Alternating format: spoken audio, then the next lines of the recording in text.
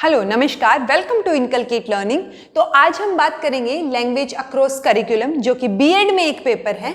इससे रिलेटेड आपको वीडियोज इस सीरीज में मिलेंगी। तो पहली वीडियो जो है वो हमारी किस बारे में है? डेफिनेशन ऑफ लैंग्वेज, नेचर और characteristic of language, how to acquire a language, यानी प्रोसेस क्या होगा लैंग्वेज एक्विजिशन का। और एक और बात हम बात करेंगे कि L1 और L2 जो है वो क्या चीज होती है, और L1 और L2 से हम किस चीज को डिनोट करते हैं, इसके बारे में। ठीक है, तो चलिए शुरू करते हैं। सबसे पहले डेफिनेशन या मीनिंग की अगर हम बात करें लैंग्वेज की, तो वो अलग अलग स्कॉलर्स के हिसाब से अलग अलग हो सकती है। इसमें मैं एरिस्टोटल की और सोशर की लैंग्वेज ले रही हूँ। लैंग्वेज की डेफिनेशन जो है मैंने इंक्लूड की है। आप किसी और की भी जो है आपको ईजी लगे तो आप इंक्लूड कर सकते हैं। तो एरिस्टोटल के अकॉर्डिंग लैंग्वेज क्या है? स्पीच साउंड है जो कि किसके द्वारा प्रोड्यूस की जाती है? Human beings. किस लिए प्रोड्यूस की जाती है?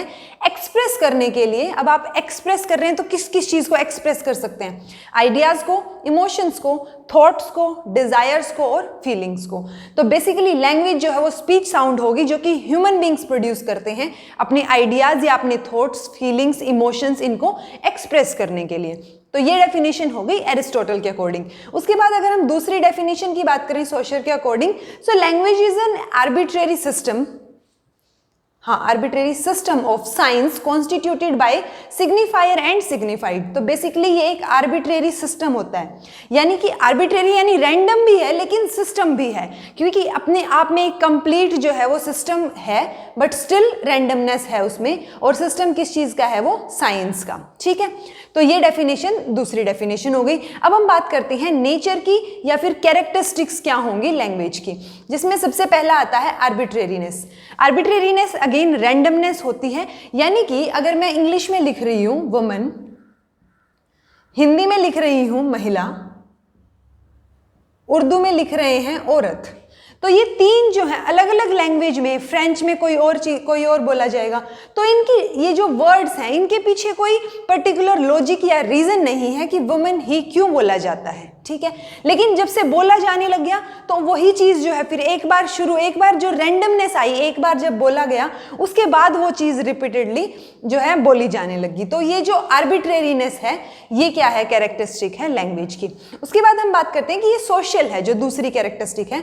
सोशल यानी कि जब हम लैंग्वेज के थ्रू ही, जो लैंग्वेज जो है वो एक वे ऑफ कम्युनिकेशन है, हम एक दूसरे से कम्युनिकेट करते हैं, इंटरेक्ट करते हैं, कोऑपरेट करते हैं, कॉम्पीट करते हैं। तो ये जो सारी चीजें हैं ये सोशल बनाती हैं हमें, और हम हमेशा बोलते हैं कि ह्यूमन जो है वो एक सोशल एनिमल है। तो लैंग्वेज जो है वो सोशल बनाने में सबसे बड़ा रोल जो है अदा करती है। उसके बाद है सिंबॉलिक है, जैसे कि वुमेन है वो ऐसे लिखा जाएगा A, B, C, D, ये जो है ये सिंबल्स हैं। पर्टिकुलरली हिंदी में अगर हम बात करें जो व्यंजन स्वर हम यूज करते हैं वो पर्टिकुलरली क्या है? सिंबल्स हैं, डिनोट करते हैं। अगर कोई A बोलेगा तो मुझे पता है कि A कैसे लिखना है। ठीक है, तो ये क्या होगी? लैंग्वेज जो है वो सिंबॉलिक होगी। अब कोई भी लैंग्वेज हो सकती है, आप इंग्लिश लीजिए, हिंदी लीजिए, उर्दू लीजिए, और कोई भी अगर फ्रेंच, जर्मन कोई भी लैंग्वेज है तो वो क्या होंगी? सिंबॉलिक होती हैं। फिर आता है सिस्टमैटिक। अब A to Z जब हम लिखते हैं तो वो एक पर्टिकुलर सिस्टम है। इंग्लिश में एक ग्रामर होगी, वो पर्टिकुलर सिस्टम है कि आपको टेंस ऐसे लगाने हैं, आपको प्रीपोजिशंस ऐसे यूज करनी है, एडजेक्टिव्स ऐसे यूज करने हैं। तो वो पर्टिकुलर क्या है? एक सिस्टम बना हुआ है। तभी जो है यहाँ पे हमने एक वर्ड यूज किया था आर्बिट्रेरी सिस्टम, यानी कि इसमें कैरेक्टरिस्टिक में आर्बिट्रेरी भी है बट एक सिस्टम भी है। उसके बाद आता है वोकल, क्योंकि जब से लैंग्वेज बोली जाती है तब से हम पहले बोलना शुरू किया। राइटिंग है जो वो बहुत लेट आई है। वेदास जो है वो सबसे पहले जो लिखे गए थे वो वेदास लिखे गए थे। उससे पहले क्या था? उससे पहले तो वोकल था ना सब कुछ।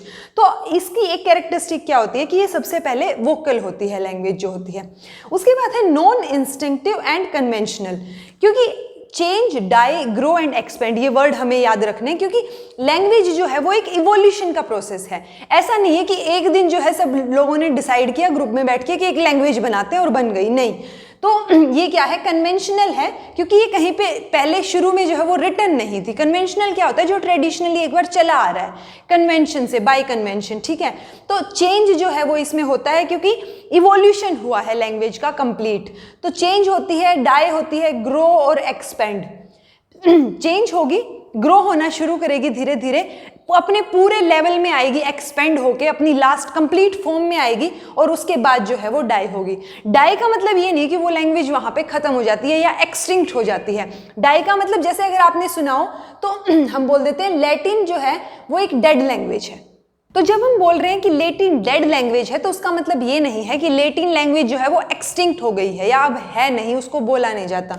डाई का मतलब क्या होता है कि वो अपनी कंप्लीट फॉर्म में आ चुकी है, यानी कि लैटिन जो है एक टाइम पे शुरुआत हुई लैटिन लैंग्वेज की, वो टाइम टू टाइम जो है चेंज हुई, इवॉल्व हुई, ग्रो हुई, एक्सपेंड हुई और अपनी कंप्लीट फॉर्म में आने के बाद अब हम उसको क्या बोलते हैं कि वो डेड लैंग्वेज है। ठीक है, उसके बाद है प्रोडक्टिव एंड क्रिएटिव। जब हम प्रोडक्टिव एंड क्रिएटिव बोल रहे हैं तो हमारे पास किसी भी लैंग्वेज को लेके, फॉर एग्जांपल अगर मैं इंग्लिश लैंग्वेज ले रही हूँ तो हमारे पास जो है एक पर्टिकुलर ग्रामर है, हमारे पास अल्फ़ाबेट्स हैं, उनके थ्रू हम क्या करेंगे, कोई नए वर्ड्स जो है वो क्रिएट कर सकते हैं, नई अटरेंसेस जो है वो हम क्रिएट कर सकते हैं। उसके बाद हम बात करते हैं कि लैंग्वेज को एक्वायर कैसे किया जाता है, यानी कि प्रोसेस क्या होगा किसी भी लैंग्वेज के एक्विजिशन का।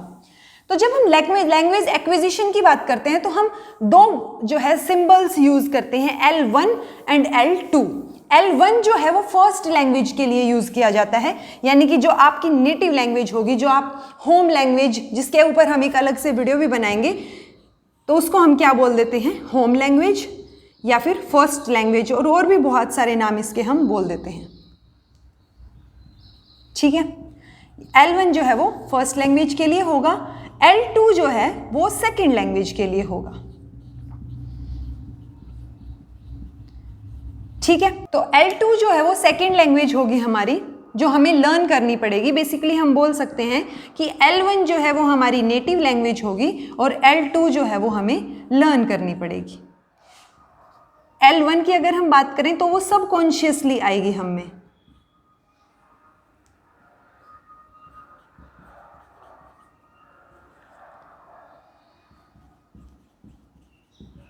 और L2 जो है वो कॉन्शियसली सीखनी पड़ेगी। L1 में जो है फ्लुएंसी जो है वो हमारी ऑटोमेटिकली रहेगी, लेकिन L2 में फ्लुएंसी लाने के लिए हमें टाइम लगेगा, प्रैक्टिस चाहिए होगी। ठीक है, तो ये चीज़ें जो है L1 और L2 में हम जब एक्वायर करते हैं लैंग्वेज को, तो L1 की एक्विजिशन में जो है वो नेटिव लैंग्वेज है, हम सबकॉन्शियसली उसको सीख रहे हैं, क्योंकि घर पे जब हम जैसे ही बच्चा जन्म लेता है उसके बाद जो वो ऑब्जर्व करता है अपने पेरेंट्स को, आसपास जो लोग उसके बोल रहे हैं, कुछ भी उससे बात करने की कोशिश कर रहे हैं, क्योंकि बच्चा भले ही बात ना कर रहा हो लेकिन हम बात करते हैं उससे, तो वो जो होगा वो सबकॉन्शियसली वही लैंग्वेज सीख रहा है जिसमें उससे बात की जा रही है। अब अगर वो आप इंडियन हैं बट आप कहीं बाहर रह रहे हैं शुरू से ही, तो आपका बेबी जो है वो सबकॉन्शियसली इंग्लिश सीख जाएगा। ठीक है, तो वो क्या होगी, हमारी होम लैंग्वेज होगी। उसके बाद जो है ये हमें कॉन्शियसली दूसरी लैंग्वेज जो है वो सीखनी पड़ती है। फॉर एग्जांपल अगर हमारी फर्स्ट लैंग्वेज हिंदी है तो हमें इंग्लिश सीखने के लिए एफर्ट्स डालने पड़ेंगे, प्रैक्टिस करनी पड़ेगी और हमें टाइम लगेगा उस इंग्लिश में फ्लुएंसी लाने के लिए। लेकिन नेटिव लैंग्वेज में जो है वो फ्लुएंसी ऑटोमेटिकली आ जाती है, आपको जो है इसमें इंस्ट्रक्शंस की ज़रूरत नहीं पड़ती, इसमें आपको पर्टिकुलर इंस्ट्रक्शंस की ज़रूरत पड़ती है। अब हम बात करते हैं कि प्रोसेस ऑफ एक्विजिशन क्या रहेगा, यानी जो हम L1 लैंग्वेज की बात कर रहे हैं, जो हमारी नेटिव लैंग्वेज है, होम लैंग्वेज है, उसको हम एक्वायर कैसे करते हैं। तो सबसे पहले क्या होगा, 3 से 6 महीने, यानी कि 0 से 3 मंथ्स अगर हम लगाएं तो बच्चा मोस्टली सोता ही है। ठीक है, ज़्यादातर सोता है। दूसरा स्टेप क्या होगा, कूइंग का, यानी वो थोड़ा बहुत बोलना शुरू करेगा, जिसमें कोई वर्ड्स नहीं बोल रहा है, वो आवाज़ निकाल रहा है सिर्फ। फिर जो है अगला स्टेप होगा बैबलिंग का, जिसमें 6 से 8 महीने में जो है वो थोड़ा बहुत इससे नेक्स्ट स्टेप हो जाएगा ये। ठीक है, उसके बाद वो एक एक करके वर्ड बोलना शुरू करेगा, जिसको हम 1 वर्ड स्टेज बोल देते हैं या फिर होलोफ्रेजेटिक स्टेज बोल देते हैं, क्योंकि कंप्लीट फ्रेज नहीं बना पा रहा है वो, लेकिन एक आधे वर्ड बोल रहा है, यानी माँ, पापा, इस टाइप के वर्ड्स जो हैं, पा, मम, इस टाइप के वर्ड्स जो है वो 9 से 8 महीने में बोलना शुरू कर देगा। उसके बाद आती है 2 वर्ड स्टेज। 2 वर्ड स्टेज जो है वो 18 से 24 महीने की होती है, जिसमें वो जो है 1-2 वर्ड्स जो है वो कंबाइन करना शुरू करेगा। ठीक है, फिर आती है टेलीग्राफिक स्पीच, यानी 2 वर्ड के बाद अब वो थोड़े से सेंटेंसेस जो है वो बनाना शुरू करेगा, लाइक माँ, पापा, पानी, मम, इस टाइप की चीज़ों को वो कंबाइन करना शुरू करेगा। वो आपको बोल के बता पाएगा कुछ चीज़ें। तो ये जो है वो 24 से 30 महीने में होगा, और फ्लुएंसी जो है उसी नेटिव लैंग्वेज में 30 महीने के बाद जो है वो फ्लुएंसी आ जाएगी, और इस प्रोसेस के थ्रू यहाँ पे आके जो है उसकी नेटिव लैंग्वेज में फ्लुएंसी हो जाएगी, वो अच्छे से बोलना शुरू कर देगा। लेकिन अगर हम L2 की बात करें तो वो क्या करेगी, टाइम लगेगी, हम उसके लिए एफर्ट्स और प्रैक्टिस लगानी पड़ेगी, उसके लिए पर्टिकुलर जो है वो इंस्ट्रक्शंस चाहिए होंगे, हमें पर्टिकुलर क्लासेस लेनी पड़ेंगी। तो हम बोल सकते हैं कि जब हम स्कूल में, इसके बाद जो है कुछ टाइम बाद जब वो स्कूल में जाता है तो उसके बाद क्या शुरू होती है, उसकी L2 की एक्विजिशन जो है वो शुरू होती है। तो ये था लैंग्वेज, उसकी नेचर, कैरेक्टरिस्टिक्स और process of L1 acquisition, L1 यानी कि फर्स्ट लैंग्वेज की एक्विजिशन के लिए। L1 L2 में फर्क क्या होता है जब हम लैंग्वेज को एक्वायर करते हैं, उसके बारे में।